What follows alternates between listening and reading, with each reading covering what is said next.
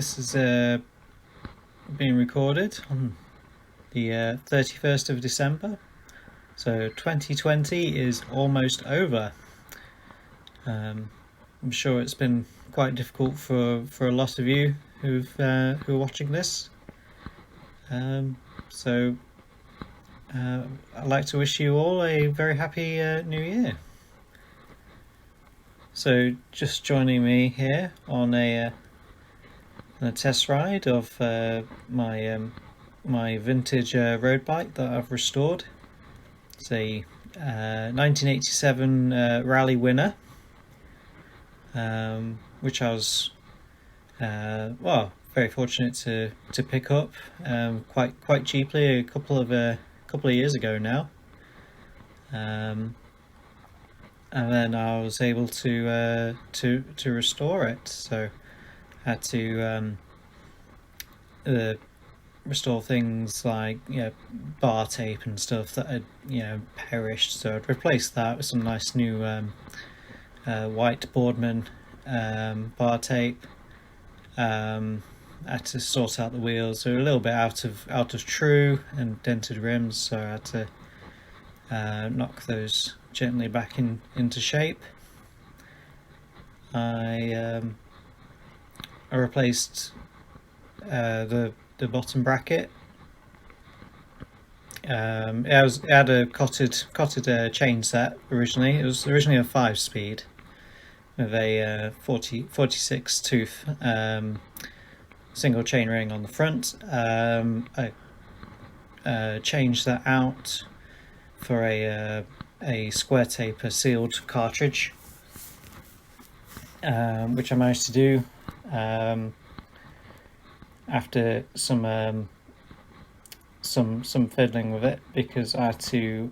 There's a rivet that goes through that holds on the cable guide underneath.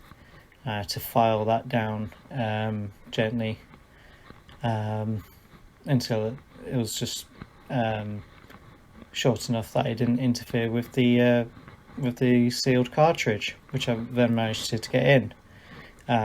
Also, luckily, even though it's a Raleigh, it uses 24 threads per inch instead of the normal Raleigh 26 threads per inch, which makes it a little bit harder to replace things with sealed cartridges and so on. I was able to pick up a Raleigh double chain ring set for the front, to upgrade it to a 10-speed. So it's now got a 52-42 chain ring on the front, and managed to get a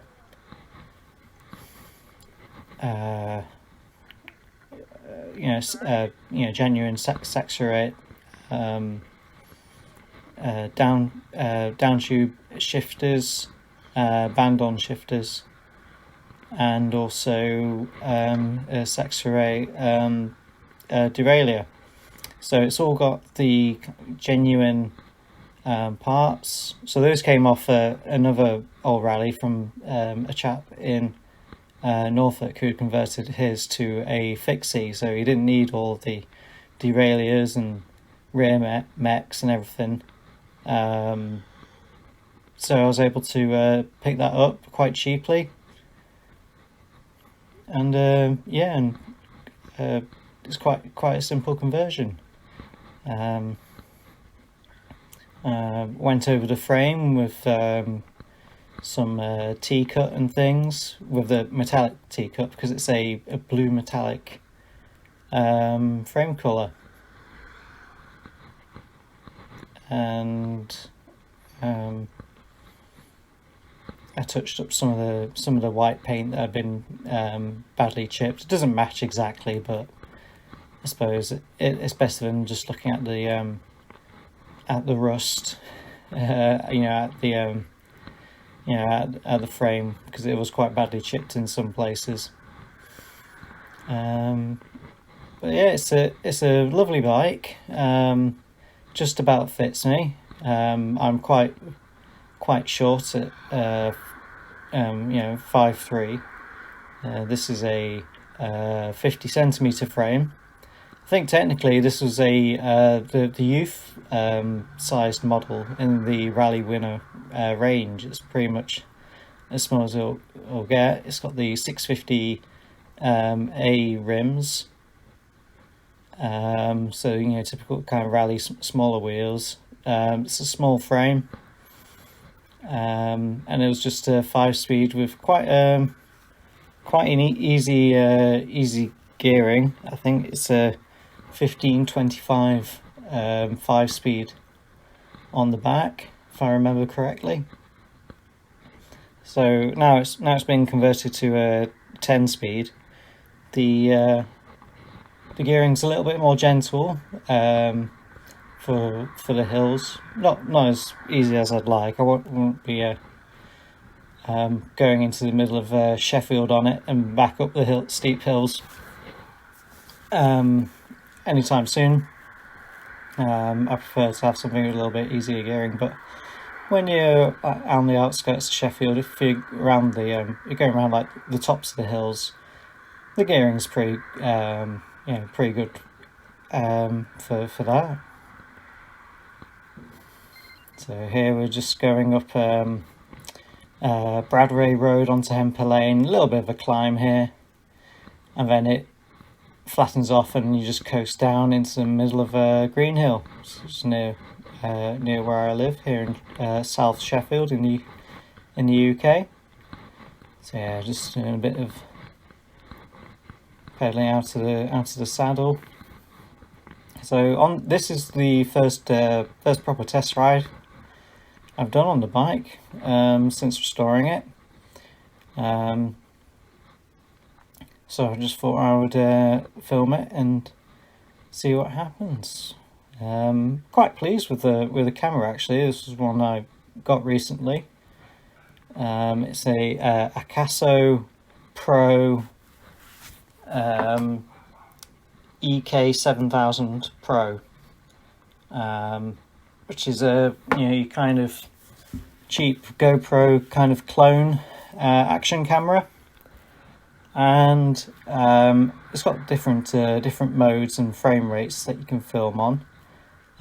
So this is being filmed on the 720p 120 frames per second.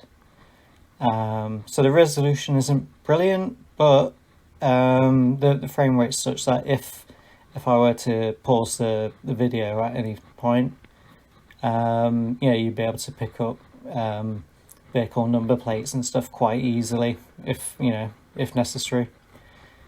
I've done a video which I've not uploaded yet, but when I first got the camera, when I went out on a ride and I did it with it's got like the 4K mode or the 1080p mode,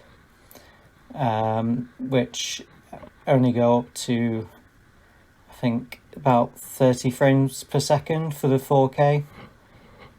Oh yeah, we've got a lovely view of my headset and stem here. It's because I'm using a chest mount for the camera, and it doesn't bend all the way up for when I'm in the drop. So that's why I've been riding mostly on the tops or on the hoods on this ride so far, just to give a better view of the road ahead. Yeah, you have to forgive the ugly plastic reflector I've got on at the moment. That's just to make it a little bit safer, a bit more visible at the moment, until I can pick up some some kind of genuine reflectors that bolt onto the brake calipers.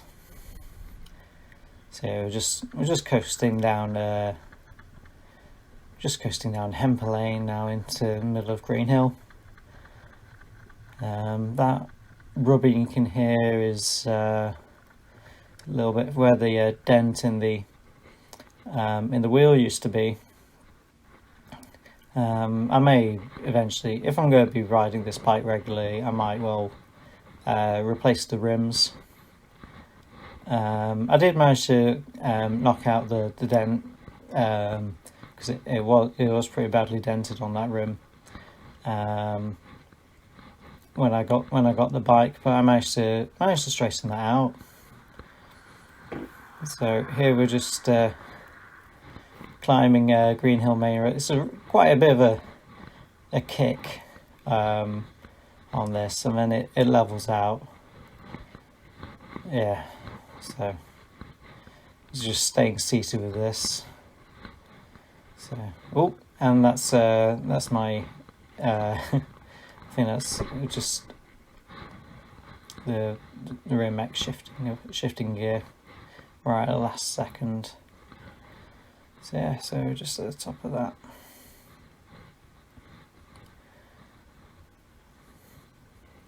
Yeah, the sound's quite good on this. I find the camera itself, I put in the little it comes in a little waterproof case that you can put in. You can either mount it direct or stick it in this watertight case. So it still picks up sound quite well. So I might keep using it, just in case I get caught out in the rain at any time. But yeah, you don't lose too much on the sound on this.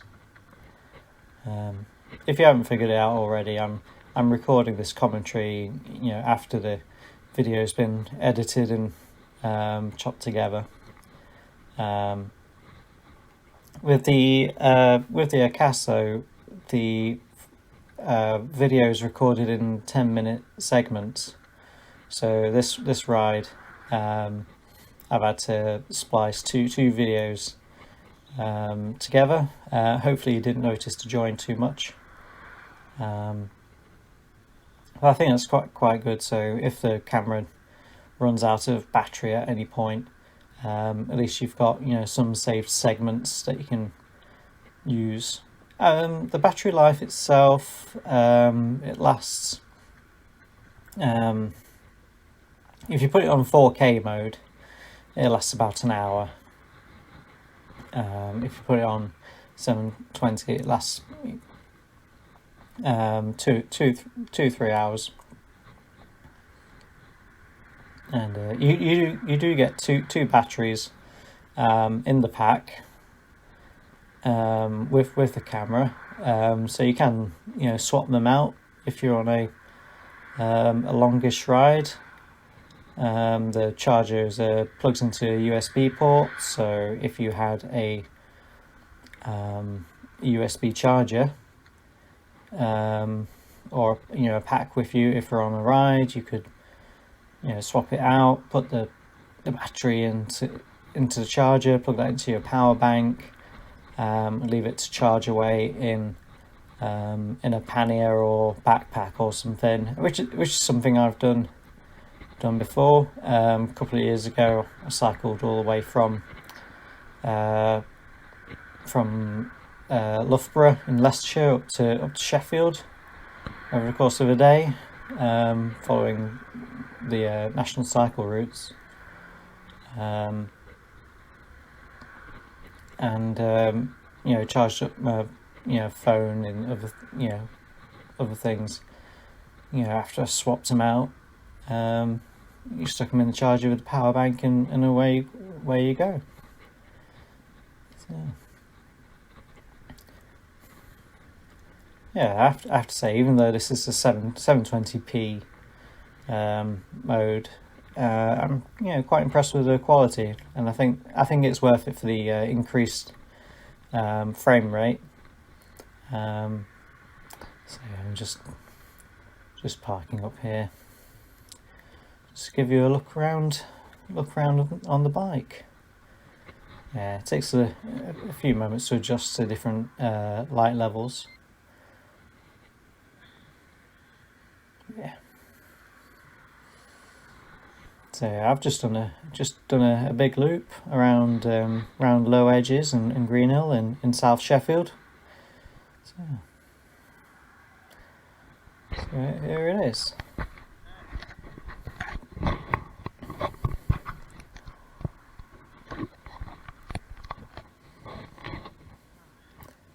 So yeah, so it's got your kind of your Weinman brakes with your can't think. I think they call them suicide brakes or something. Can't remember the technical term for the things at the top. See, I've got put a new band on front derailleur, which it didn't have originally, and the double down tube shifters. Just had a single one before when it was 5-speed, of course. Yeah, one of the things I've realised on this after I've taken it out is the brake cables, rear brake cable needs to go over the handlebars rather than going underneath. So I will be adjusting that at some point, probably before I go take it out again. So it's not my everyday bike.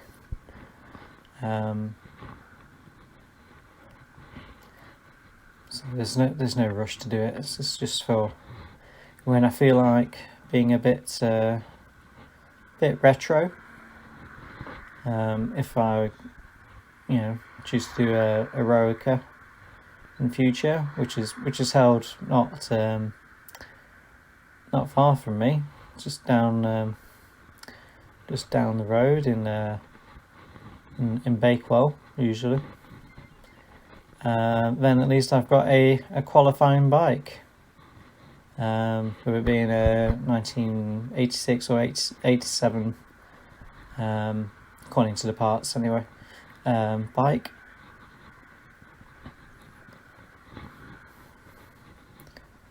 So, yeah.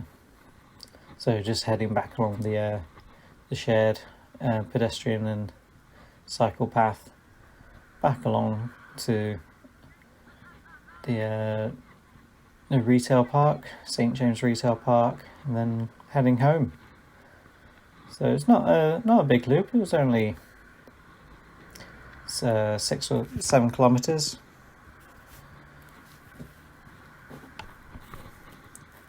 Yeah, good few bumps to go over, shake things out, and it's turned out quite well.